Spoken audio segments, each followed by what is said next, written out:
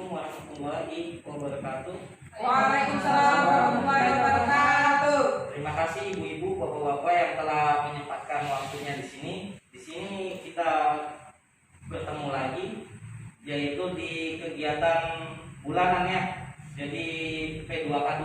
Jadi P2K2 itu saya ulas kembali, yaitu pertemuan peningkatan kemampuan keluarga ya.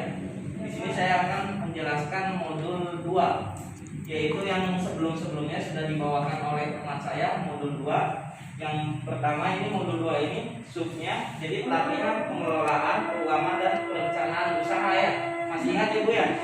Jadi di sini ada yang sesi pertama itu sesi 5 ini ada pendapatan dan pengeluaran rata-rata per bulan. Ada contohnya. Jadi bagaimana kalau ibu dan bapak mempunyai pendapatan itu harus seimbang dengan pengeluaran supaya tidak terjadi utang di luar sana. Tetapi ibu-ibu kalau tidak menyusun anggaran seperti ini akan terjadi utang ya. Jadi kita harus menyeimbangkan pendapatan dan pengeluaran. Terus yang di sesi selanjutnya ini ada anggaran bulanan keluarga. Jadi kalau bisa ibu itu merencanakan juga ya anggarannya supaya tidak terlilit sama utang. Dan kemudian sebagai ibu rumah tangga ada namanya catat kas harian. Jadi ditahu mana yang kebutuhan dan mana yang keinginan. Jadi yang diutamakannya dulu itu kebutuhan, dan yang keinginan itu diduakan saja, jangan diprioritaskan agar tidak terlilit oleh utangnya. Terus yang sesi 6 yaitu tempat menabung. Kalau ibu-ibu dan bapak-bapak harus dilihat tempat menabungnya. Ya. Ya, ini di sesi selanjutnya ini tempat menabung. Jadi ibu dahulukan atau bapak kalau tempat menabung itu harus berpikir terdahulu ya, tempat menabungnya di mana yang baik dan aman dari pencurian maupun dari suku bunganya rendah ataupun tinggi. Jadi kalau tempat menabung ibu itu biasakan di tempat-tempat yang terdekat, misalkan sewaktu-waktu ada kebutuhan yang mendesak, ibu bisa mengambilnya. Dan yang pastinya itu aman dan suku bunganya itu rendah ya. Jadi disesuaikan dengan pendapatannya ibu-ibu dan bapak-bapak. Nah ini yang selanjutnya sebelum meminjam. Jadi sebelum meminjam itu ibu harus memikirkan terdahulu. Kenapa bisa dipikirkan terdahulu? Yang pertama ibu tuh meminjam hanya untuk kebutuhan ya, bukan keinginan. Misalkan ada kebutuhan untuk biaya anak sekolah, itu saya yang diprioritaskan. Kalau keinginan seperti anak sekolah, ibu-ibu memiliki anak sama bapak, nah itu kalau bisa itu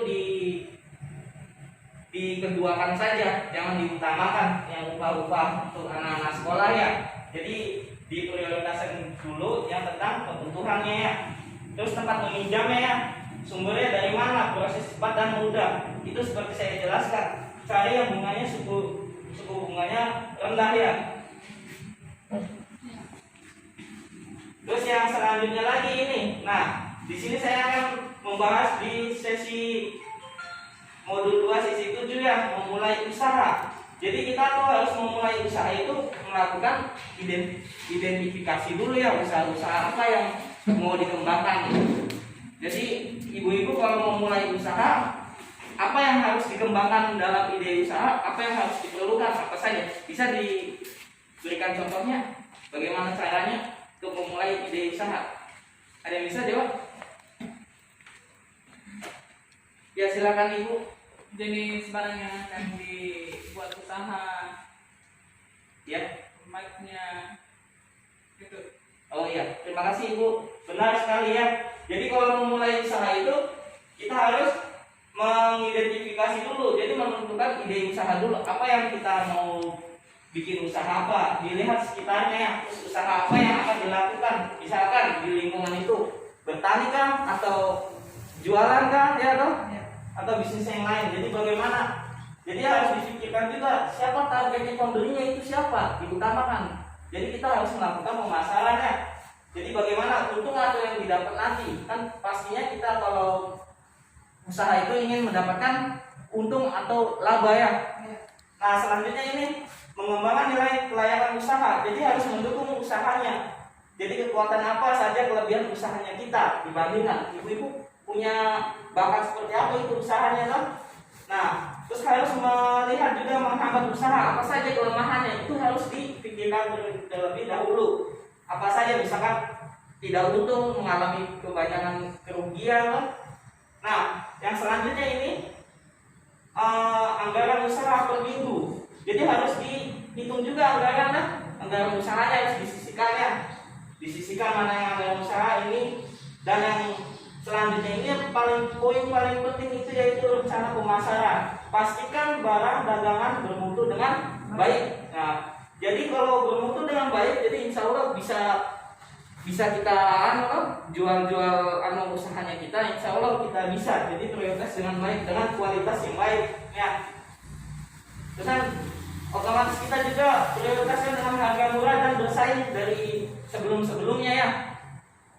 Nah, ini yang paling utama lagi juga cari lokasi yang berjalan. Jadi kita lihat dari keramaian lokasinya. Oh, lokasi ini bagus untuk dijadikan usaha, itu sangat penting. Dan cara mempromosikan barang dagangan setiap saat juga harus bisa ya. Jadi kita harus menyediakan informasi apabila kita melakukan usaha. Di situ ada yang mau ditanyakan? Tidak ya? Tidak. Jadi ini di modul 2 sesi 7, yaitu poinnya itu 1 untuk melakukan mengembangkan usaha, 1 itu mengidentifikasi ya untuk mengembangkan usaha, 2 menilai kelayakan ide usaha ya, 3 merencanakan usaha, 4 merencanakan pemasarannya, dan 5 yang paling penting ini mengelola keuangan usaha. Sampai di situ ya. Ya, terima kasih. Mungkin cukup sampai di sini saja untuk pertemuan P2K2. Insya Allah di bulan ke depan selanjutnya kita akan melanjutkan ke sesi-sesi selanjutnya. Ya, terima kasih. Assalamualaikum warahmatullahi wabarakatuh.